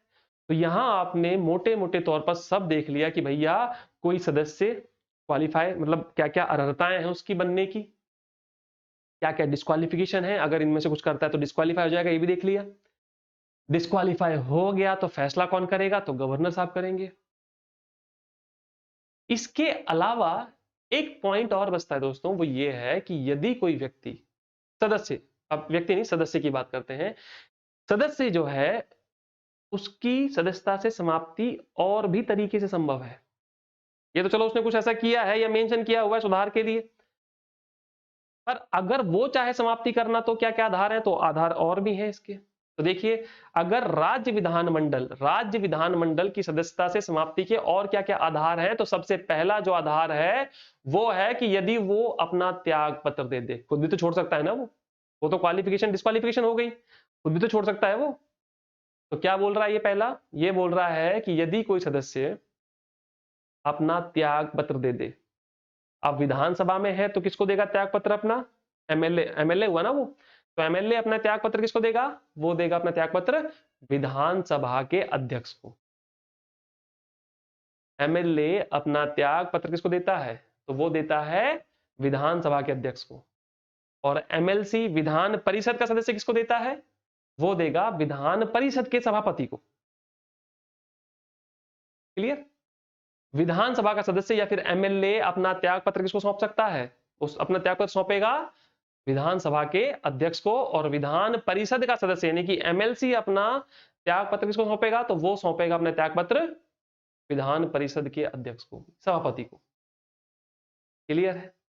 इसके अलावे यदि कोई सदस्य, दोनों की बात कर रहा हूं यहां मैं, सभा भी और परिषद भी, यदि कोई सदस्य निरंतर कंटिन्यूअसली 60 डेज तक, 60 दिन तक, यदि कोई सदस्य लगातार 60 दिनों तक सदन की कार्यवाहियों में अनुपस्थित हो, यदि कोई सदस्य 60 दिनों तक 60 डेज तक सदन की कार्यवाहियों में अनुपस्थित हो, एब्सेंट रहे, तो सदन चाहे तो उसके स्थान को रिक्त घोषित कर सकता है, हटा सकता है। क्लियर है? ऐसा भी कर सकता है 60 डेज, तो नोट डाउन कीजिए इसको तरीके से। 60 डेज, अगर कोई सदस्य 60 दिन तक, निरंतर 60 दिन तक सदन में किसी कार्यवाही में नहीं आया है, तो उसकी सदस्यता से भी उसको हटाया जा सकता है। के बाद तीसरा पॉइंट, तो तीसरा पॉइंट तो आपने पढ़ ही लिया डिस्क्वालिफिकेशन का। निर्भरता और कैसे कैसे हो सकती है, तो संविधान हमारा है, दल बदल विरोधी कानून है, संसद का आरपीए एक्ट है, रिप्रेजेंटेशन ऑफ पीपल्स एक्ट भी तो है अपने पास, वो भी हटा सकता है। ठीक है, तो ये 3 आधार हो गए उसकी समाप्ति के, वो क्वालिफिकेशन, वो डिस्क्वालिफिकेशन और ये टर्मिनेशन समाप्ति। त्याग पत्र दे दे, किसको दे दे ये लिखते चलिएगा तरीके से, इसको स्क्रीनशॉट ले लीजिए चाहे तो आप लोग। ठीक है, किसको दे देगा त्याग पत्र, तो विधानसभा का सदस्य है तो विधानसभा के अध्यक्ष को देगा, विधान परिषद का सदस्य है तो विधान परिषद के सभापति को देगा। दूसरा, 60 डेज तक अगर नहीं आया है सदन की किसी कार्यवाही में तो उसे सदन घोषित कर सकता है, अपना हटा सकता है, वैकेंट घोषित कर देगा सीट को उसकी। और तीसरा तो पढ़ाई हम लोगों ने संविधान का आर्टिकल 190, कौन सा, संविधान का आर्टिकल 191 डिस्क्वालिफिकेशन। संसद का एक्ट कौन सा, RPA, representation of peoples act, लोक प्रतिनिधित्व अधिनियम 1951। अच्छा, इनके अलावा भी कुछ हो सकते हैं, अगर आप चाहें तो लिख सकते हैं इसे यहाँ पर। ये 3 तो बेसिस हैं समाप्ति के, इसके अलावा अगर आप चाहते हैं तो 2-3 पॉइंट और लिख सकते हैं, जैसे अगर किसी सदस्य के चुनाव को न्यायालय पूर्ण तरीके से शून्य घोषित कर दे, अगर न्यायालय किसी व्यक्ति के किसी सदस्य के चुनाव को पूर्ण रूप से शून्य घोषित कर दे तो उसकी सदस्यता खत्म हो जाएगी। इसके अलावा यदि कोई व्यक्ति राष्ट्रपति, ये व्यक्ति नहीं सदस्य, यदि कोई सदस्य राष्ट्रपति, उपराष्ट्रपति या राज्यपाल बन गया है तो भी हट जाएगा वो समाप्ति। ये सदस्य की समाप्ति की बात कर रहा है यहाँ, ये सदस्य बनने वाले की बात नहीं कर रहा, ये बात कर रहा है सदस्य बन गया है फिर कैसे खत्म होगा। ठीक है, क्वालिफिकेशन डिस्क्वालिफिकेशन तो दोनों के लिए है, बन गए नहीं बन गए उनके लिए। ठीक है, क्वालिफिकेशन तो किसके लिए है, जो बनने वाले हैं, डिस्क्वालिफिकेशन दोनों के लिए। ये कौन, ये किसके लिए है समाप्ति, जो ऑलरेडी एमएलए एमएलसी है। ठीक है, तो ये 3 पॉइंट हो गए। चौथा पॉइंट मैंने क्या बोला आपसे, चौथा पॉइंट मैंने बोला कि यदि न्यायालय किसी सदस्य के पूरे चुनाव को ही शून्य घोषित कर दे, जीरो घोषित कर दे। दूसरा पॉइंट है यदि कोई व्यक्ति यदि कोई सदस्य राष्ट्रपति, उपराष्ट्रपति या राज्यपाल बन जाए। और तीसरा, यदि जिस सदन का वो सदस्य है वो सदन उस पर गलत आचरण के आधार पर भी उसको निष्कासित, एक्सपेल कर सकता है। मिर्च फेंक दी, पाउडर उड़ा दिया, बदतमीजी कर दी स्पीकर के पास जाकर, चेयरपर्सन के पास जाकर, तब भी वो सदन चाहे तो उसे हटा सकता है। ठीक है, ये चीज तो ये हो गई एमएलए कैसे बनेंगे, कौन बनेंगे, कैसे हटेंगे। क्लियर है, तो अब आते हैं अगली चीज पर।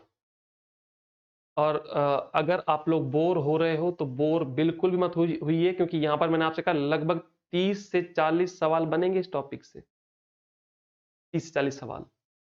ठीक है, तो बोरियत को थोड़ा हटाइए, ताजी हवा लीजिए, घर में जो खिड़की है वहां जाकर बैठिए और आगे समझिए मैं क्या समझाना चाहता हूं आपसे, क्योंकि असली खेल तो अभी शुरू होगा। तो हमने देख लिया कि भैया विधानसभा और विधान परिषद के सदस्य बनने के लिए ये क्वालिफिकेशन है, ये डिस्क्वालिफिकेशन है, और अगर बन जाते हैं तो सदस्यता की समाप्ति के ये आधार है। क्लियर हो गया, ये चीजें क्लियर है। अब यदि कोई व्यक्ति, अब आते फिर से एक बार अपन उस चीज पर, कितनी सीटें हैं बिहार में, बिहार में सीटें हैं 243, 243। जीतने के लिए कितनी चाहिए, 122। कितनी चाहिए, 122। अब क्या होगा, चुनाव हो ही रहा है, नोटिफिकेशन जारी कर दिया चुनाव आयोग ने, चुनाव होगा। 2 गठबंधन है बड़े बड़े, एक एनडीए का गठबंधन है, एक महागठबंधन है। अब ऐसे में इनमें से जिसके पास भी ज्यादा सीटें आएंगी, ज्यादा मतलब 122 सीट तो चाहिए ही चाहिए किसी को भी सरकार बनाने के लिए। कितनी सीटें चाहिए, 122। 243 का 50% प्लस 1 कितना होगा, 122 होगा। 122 सीटें जिसको मिलेंगी वो जाकर बैठ जाएगा विधानसभा में, मतलब बैठेंगे सारे के सारे जाके बैठेंगे, पर जो मेजोरिटी वाले हैं सरकार तो वो बनाएंगे ना। अब मान लो 243 सीटों पर चुनाव हो लिए, 243 सीट्स पर चुनाव हो लिए, इसको थोड़ा सा व्हाइट बोर्ड पे समझने की कोशिश करते हैं, ज्यादा मजा आएगा। तो मैंने आपसे कहा 243 सीट्स हैं, चुनाव हो लिए भाई, जीत लिए, सब जीत लिए भाई। 243 सीट्स पे एमएलए बनकर आ गए, एमएलए बनेंगे ना, विधानसभा के चुनाव हो रहे हैं तो जीत कर आ गए 243 लोग, 243 मेंबर आ गए विधानसभा में। ये कौन मेंबर होंगे? जिन्होंने वो क्वालिफिकेशन कंप्लीट की होंगी, जो किसी डिस्क्वालिफिकेशन में नहीं फंसे होंगे। अगर फंस गए होते तो जीत कर आते ही नहीं। क्लियर है? समाप्ति करना चाहें तो अब सदस्य बन जाएंगे, सदस्य बनने के बाद जो वो मैंने बताया आपसे, त्याग पत्र दे दो, अगर ये सब है तो वो कर लो, एक तरीके से 60 दिनों तक मत जाओ, एब्सेंट रहो, तो फिर समाप्त हो जाएंगी, इन सदस्यों की समाप्ति हो जाएगी। क्लियर हो गया? तो अब देखिए होता क्या है, 243 जो मेंबर्स हैं ये जीतकर आ जाएंगे, विधानसभा में जाकर बैठ जाएंगे। अब जिसके पास भी सबसे ज्यादा, एक तरीके से मान के चलिए 122 पा लिए महागठबंधन ने, एग्जांपल ले लेते हैं, वो तो भगवान जानता है किसको कितने मिलेंगे, बाकी जिसको भी 122 मिल गए, मान के चलिए महागठबंधन जिसमें आपका आरजेडी वगैरह था, वो 122 सीटें, यानी कि मेजोरिटी उसको मिल गई, मेजोरिटी उसको मिल गई। 122 यहां हो गए, 123 सॉरी 121 हो गए एनडीए के पास, मान लेते हैं एग्जांपल के तौर पर। तो यहां से कहानी शुरू होती है सरकार के गठन की, सरकार के गठन की। कैसे? अब क्या होगा देखिए, अब इन 122, राज्यपाल जो गवर्नर जो होता है वो राज्य का संवैधानिक मुखिया होता है, कॉन्स्टिट्यूशनल हेड ऑफ स्टेट होता है। अब इसका कर्तव्य क्या है कि ये सबसे बड़े दल के नेता को इनवाइट करेगा, और सबसे बड़ा दल कौन? जो 50% प्लस 1 सीटें जीता है। और इस केस में मैंने आपसे कहा कि अगर मान ले महागठबंधन, ये महागठबंधन हो गया, ये हो गया एनडीए, मैंने आपसे कहा कि मान लीजिए इसको टोटल सीटें कितनी हैं, 243 है। अब 243 में से महागठबंधन को मान लीजिए मिल गई 122 सीटें, जो कि मेजोरिटी है, और इसको मिल गई 121 सीटें एनडीए को। तो इस केस में राज्यपाल का कर्तव्य है, गणित ठीक है ना, कि गणित मेरा काफी कमजोर है, तो 122 ये 100 200, हाँ ठीक है। तो भाई मान लीजिए कि 123 सीट मिल गई किसको, 122 सीट मिल गई किसको, महागठबंधन को, और 121 सीट मिल गई एनडीए को। अब राज्यपाल का यह नैतिक कर्तव्य है, ये उसकी नैतिकता है कि वो सबसे बड़े दल के नेता को इनवाइट करेगा। यानी किसको इनवाइट करना चाहिए राज्यपाल ने? राज्यपाल ने इनवाइट करना चाहिए महागठबंधन ने जो नेता डिसाइड किया है अपना, उसको। जैसे तेजस्वी यादव है फिलहाल महागठबंधन में, और अगर इसकी बात करें तो यहां पर हमारा हमारे नीतीश बाबू है, इसको इनवाइट करना चाहिए नैतिकता के आधार पर। महागठबंधन का जो नेता है कौन है, तो वो हमारा तेजस्वी जी हैं। अब क्या, तेजस्वी को बुलाएंगे कि भैया मुझे आपके अंदर मेजोरिटी दिख रही है, मुझे आप में बहुमत दिख रहा है सदन का, क्योंकि सदन सदन मतलब क्या, विधानसभा, विधानसभा कितनी सीटें हैं, 243, और इसमें बहुमत दिखने का मतलब क्या है, मेजोरिटी दिखने का मतलब क्या, 50% प्लस 1। तो राज्यपाल बोलेंगे कि तेजस्वी यादव जी मुझे आप में बहुमत दिख रहा है, क्या आप इसे सिद्ध करना चाहेंगे, क्या आप अपनी मेजोरिटी प्रूफ करना चाहेंगे? तो तेजस्वी यादव जी कहेंगे खड़े होकर कि जी बिल्कुल मैं प्रूफ करना चाहूंगा। यही होता है सरकार बनाने का न्योता देना, गवर्नमेंट फॉर्म करने को इनवाइट करना। राज्यपाल ने इनवाइट किया कि मुझे लगता है कि आप में मेजोरिटी है, क्या आप चाहेंगे सरकार बनाना? तो ये कहेंगे बिल्कुल चाहेंगे। तो राज्यपाल जी कहेंगे तो चलिए मुझको आप अपनी मेजोरिटी दिखा दीजिए, सदन का बहुमत दिखा दीजिए, मेजोरिटी हाउस दिखा दीजिए आप। अब मेजोरिटी हाउस कितना, 122 लोग दिखाने पड़ेंगे, 122 विधायक मेरे साथ हैं। तो तेजस्वी यादव जी क्या करेंगे, फ्लोर टेस्ट करवाएंगे। फ्लोर टेस्ट कहा जाता है इसे, या तो उनके सामने से गुजरवा देना 122 मेंबर्स को, 122 एमएलए को, ये देखो भाई गिन लो 1 2 3 4 5 6 122, क्लियर, या फिर 122 लोग खड़े कर दीजिए। तो ऐसे में राज्यपाल ने देख लिया कि भैया तेजस्वी यादव के पास क्या है, मेजोरिटी है, सदन का बहुमत है, अब वो कह देंगे कि आप अपनी सरकार बना लीजिए। अब यहां से सरकार बनने का क्रम शुरू होता है। यहां से सरकार बनने का क्रम शुरू होता है। सरकार का सीधा सा मतलब है मंत्री परिषद से। अगर आप इसमें भी कंफ्यूज हैं तो आप मेरे पहले के वीडियोस जाकर देख सकते हैं, वो आपको पहले मिल जाएंगे, तो उसमें ज्यादा क्लियर किया हुआ है मैंने। सरकार का सीधा सा मतलब होता है किससे? मंत्री परिषद से या कार्यपालिका से। ये तीनों ही समानार्थी हैं। कार्यपालिका इज इक्वल्स टू सरकार इज इक्वल्स टू मंत्री परिषद। अब मंत्री परिषद का निर्माण होगा। अब क्या होगा?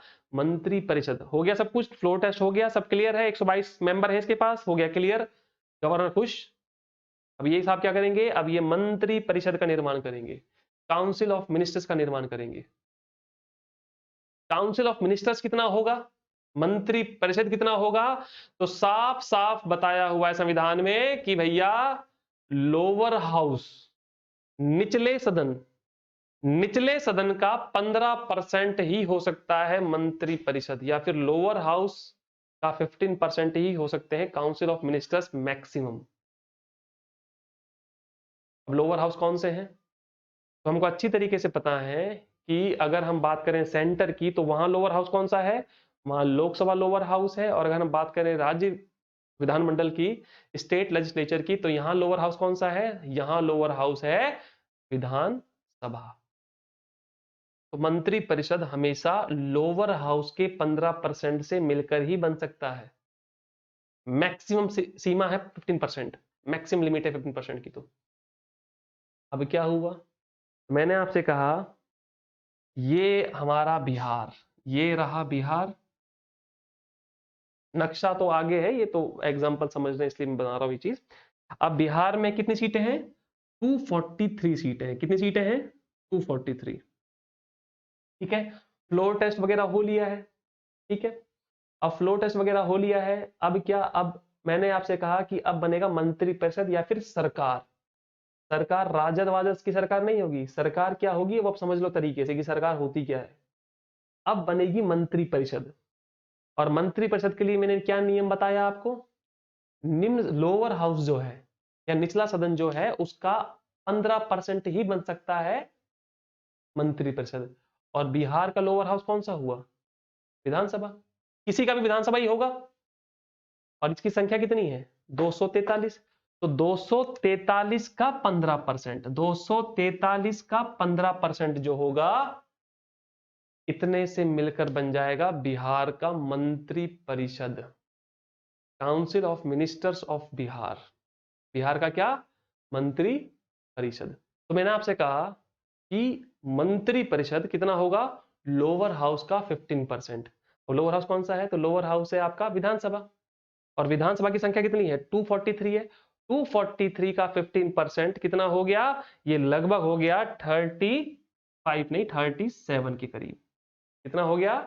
37 के करीब हो गया। 37 से मिलकर बन जाएगी सरकार, यानी कि मंत्री परिषद। ये है बिहार की विधानसभा और ये बन गई वहां की क्या? सरकार। या इसी को कहते हैं एग्जीक्यूटिव, या इसी को कहते हैं मंत्री परिषद। मंत्री परिषद, council of ministers, COM, council of ministers. ये है सरकार। मंत्री परिषद बन जाएगी, यही सरकार है। यही एग्जीक्यूटिव या कार्यपालिका है। एग्जीक्यूटिव या फिर कार्यपालिका, यही सरकार है या गवर्नमेंट है। सीधा सा फंडा है। निचले सदन का 15% ही बन सकते हैं मंत्री परिषद के सदस्य, यानी कि मंत्री जो सुनता है ना, ये मंत्री है, ये मंत्री है, वो ये मंत्री होते हैं। 15% of lower house, 15% of lower house. और लोअर हाउस कौन सा है? तो विधानसभा है। विधानसभा का कितना?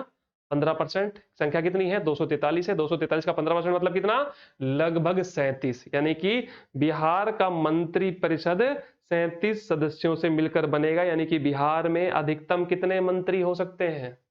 बिहार में अधिकतम 37 मंत्री हो सकते हैं, 37 मिनिस्टर्स हो सकते हैं। क्लियर है?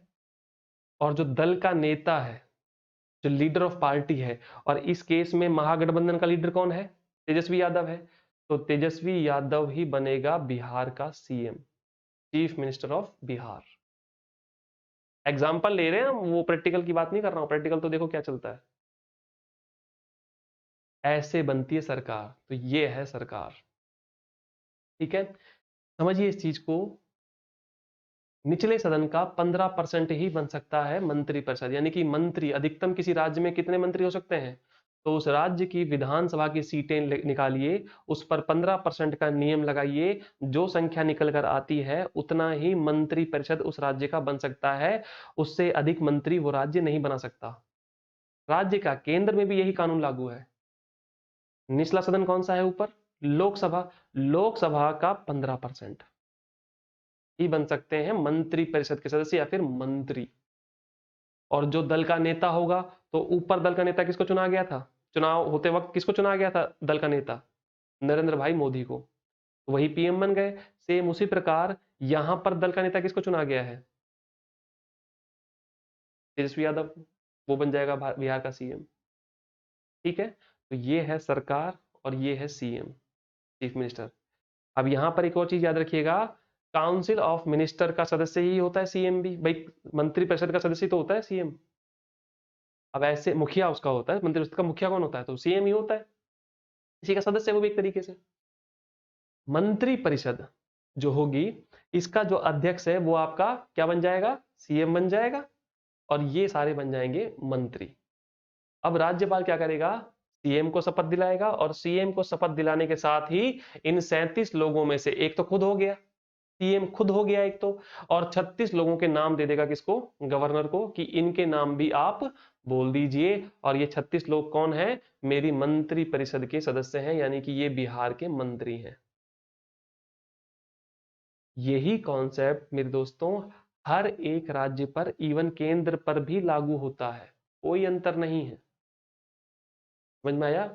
कुछ एक अपवाद हैं जो हम अगले लेक्चर्स में देखेंगे कि अपवाद कौन कौन से हैं इस 15% के नियम के। ठीक है, तो ऐसे बनेगा बिहार का सीएम या किसी भी राज्य का सीएम, और वहां के मंत्री या फिर मिनिस्टर्स। याद रखिएगा, काउंसिल ऑफ मिनिस्टर्स या मंत्री परिषद अधिकतम कितने हो सकते हैं? 15% ऑफ लोअर हाउस। और सीएम कौन होगा? तो दल का नेता, जो दल ने चुना होगा अपना नेता, वही बन जाएगा सीएम। इनवाइट किसको करेगा गवर्नर?